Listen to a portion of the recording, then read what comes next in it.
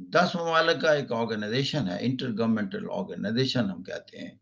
Basically Shanghai 5 के नाम पर ये बना 1996 में, जिसमें Russia, China, Kazakhstan, Kyrgyzstan, Tajikistan इसमें शामिल थे। बाद में 2001 में उज़्बेकिस्तान शामिल हुआ। फिर 2017 में इंडिया और पाकिस्तान शामिल हो गए। सब्सिक्वेंटली ईरान हुआ और बेलारूस। अगर इसकी देखें कि ये बना क्यों, इसकी ज़रूरत क्यों महसूस हुई, तो ब्रीफली मैं कहूँगा कि ये जो वेस्ट की रशिया और चाइना कंटेनमेंट पॉलिसी है, इसने इनको पुश किया। These 2 big countries they get together. Russia containment हम इस कॉन्टेक्स्ट में समझते हैं, जब नेटो ने एक्सपैंड करना शुरू किया और एक्स वार्सा पैक्ट कंट्रीज़ इसमें शामिल कर लिए, गोया कि नेटो के जो बॉर्डर थे डायरेक्ट रशिया के बॉर्डर के साथ मिल गए। चाइना ऑलरेडी अमेरिका की कंटेनमेंट पॉलिसी के तहत चल रहा था। जैसे आप जानते हैं कि अमेरिका ने इंडिया के साथ मिलकर स्ट्रेटेजिक पार्टनरशिप बनाई टू कंटेन चाइना, क्योंकि चाइना एक ऐसी इमर्जिंग पावर बन गया था। क्वाड्रिलेटरल डायलॉग में गया, जिसमें अमेरिका ने इंडिया के साथ ऑस्ट्रेलिया और जापान को शामिल किया। ये सारी चाइना की पेरिफेरी के कंट्रीज हैं। इसके बाद फिर देखा कि this is again insufficient to contain China, तो it came out with AUKUS, जिसमें अमेरिका के साथ इंग्लैंड और ऑस्ट्रेलिया को शामिल किया। अब एससीओ अब एक अलायंस है बेसिकली। अगर आप देखें इसके मकासद, तो स्टार्ट में इसके मकासद सिक्योरिटी बेस्ड ज्यादा नजर आए। ये जो बॉर्डरिंग कंट्रीज हैं, मिसाल के तौर पर शंघाई 5 की मैं बात करता हूँ 1996 के, रशिया एक तरफ है, चाइना है, they share the borders as well. इसी तरह कजाकिस्तान के साथ चाइना का बॉर्डर है, इसी तरह किर्गिस्तान के साथ बॉर्डर है और ताजिकिस्तान के साथ, इनके साथ बॉर्डर डिस्प्यूट हैं थोड़े-थोड़े। तो लिहाजा जब ये organisation this came into being, पहली बात तो ये की कि जो भी हमारे बॉर्डर डिस्प्यूट हैं, हम उनको बैक बर्नर पर रखते हैं और अगर कहीं-कहीं को फोर्सेस को डिप्लॉय किया हुआ है, तो we will bring back the forces also. वक्त के साथ-साथ फिर इकोनॉमी, ट्रेड और इन्वेस्टमेंट एरिया शामिल होता है कि फ्री ट्रेड एरिया इसको बनाया जाए। लेकिन ये फ्री ट्रेड एरिया फाइनली नहीं बना सके। अब इसके चैलेंजेस हैं कुछ। चैलेंजेस में सबसे बड़ा चैलेंज जो इसके बारे में कहा गया है, वो है कि इसमें चंद एक ममालिक ऐसे हैं, जिनके आपस के तल्लुकात अच्छे नहीं हैं। ये सबसे बड़ा इसके लिए चैलेंज है कि ये एक बहुत स्ट्रॉन्ग ऑर्गेनाइजेशन, जिसमें हार्मनी हो मुकम्मल, इंटरनेशनली उस सतह पर पहुंचने की शायद सलाहियत नहीं रखता, या जब तक वो इस चैलेंज को प्रॉपर्ली एड्रेस नहीं कर लेता। वो क्या है? ये चाइना और इंडिया के दरमियान, क्योंकि चाइना और इंडिया का जितना बॉर्डर है, सारा कॉन्फ्लिक्ट जोन है, टेरिटोरियल डिस्प्यूट है, पूरा 2400 मील लंबा बॉर्डर। कश्मीर में, सिक्किम में, अरुणाचल प्रदेश, जिसमें जो इंटरनेशनल बॉर्डर को मैकमोहन लाइन कहते हैं। चाइना कहता है कि this is my area which is being controlled by India.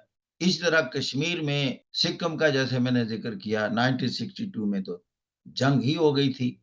दूसरा चैलेंज इंडिया पाकिस्तान का है। अब ये दोनों एससीओ के मेंबर हैं। अब दुनिया के एनालिस्ट फिर जब देखते हैं, वो कहते हैं India versus China, India versus Pakistan, ये तीनों एटॉमिक पावर्स हैं, इनके आपस के तल्लुकात ठीक नहीं है। तो एससीओ के फ्यूचर ग्रोथ के चांसेस फिर अकॉर्डिंगली आप एनालाइज कर सकते हैं। अगर ये बात हुई है इसमें कि एससीओ डेवलपमेंट बैंक बनाया जाए, जिस तरह न्यू डेवलपमेंट बैंक ब्रिक्स के अंडर बना, वहां कंपैरेटिवली उसका इंस्टीट्यूशनल जो सेटअप है, वो बेटर है as compare to the SCO, but they are working on that. इसके 14 डायलॉग पार्टनर है। इसमें श्रीलंका है, Turkey, Cambodia, Azerbaijan, Nepal, Armenia, Egypt, Qatar, Saudi Arabia, Bahrain, Kuwait, Myanmar, Maldives and United Arab Emirates. तो गोया कि ये सारा जो एशिया है, या यूं कह लें यूरेशिया, ये सारा इसके इन्फ्लुएंस में बनता है। तो यूं वेस्ट को महसूस होता है कि ये ईस्ट का एक पावरफुल ब्लॉक है। और दूसरी इंपॉर्टेंस की इसलिए भी है कि ये दुनिया की तकरीबन 50% आबादी का ये अलायंस है। और जहाँ तक जीडीपी का देखें तो ये तकरीबन मोर देन 30% वर्ल्ड का जीडीपी यहीं से प्रोड्यूस होता है। दुनिया के 20% जो ऑयल रिजर्व्स हैं और 44% जो हैं गैस रिजर्व्स, वो इसी रीजन में है। इसकी इस इम्पोर्टेंस की वजह से अमेरिका ने चाहा 2005 में कि वो इसको ऑब्जर्वर स्टेटस मिले, लेकिन उसकी इस एप्लीकेशन को रिजेक्ट कर दिया गया, डेमोन्स्ट्रेटिंग द एससीओ's commitment to maintain autonomy from western alliance. अगर इंटरनेशनल एनालिस्ट को देखें कि वो इस मीटिंग को, समिट को कैसे देखते हैं, तो Michael Kugelman, a South Asia expert at the Washington based Woodrow Wilson Center for Scholars, said that the summit was a really big deal for the Pakistani government.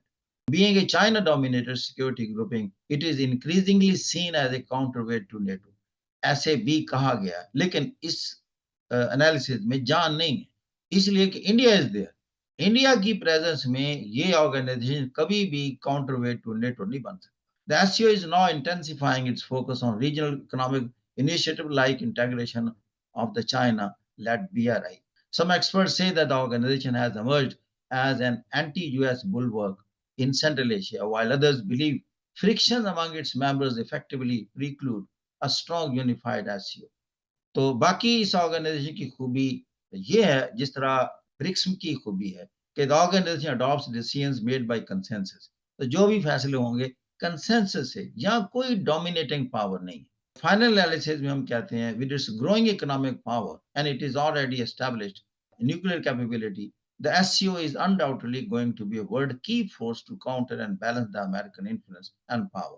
According to a European Parliament analyst, the lack of common financial funds for the implementation of joint projects and some conflicting national interests could prevent the SCO from achieving a higher level of regional cooperation.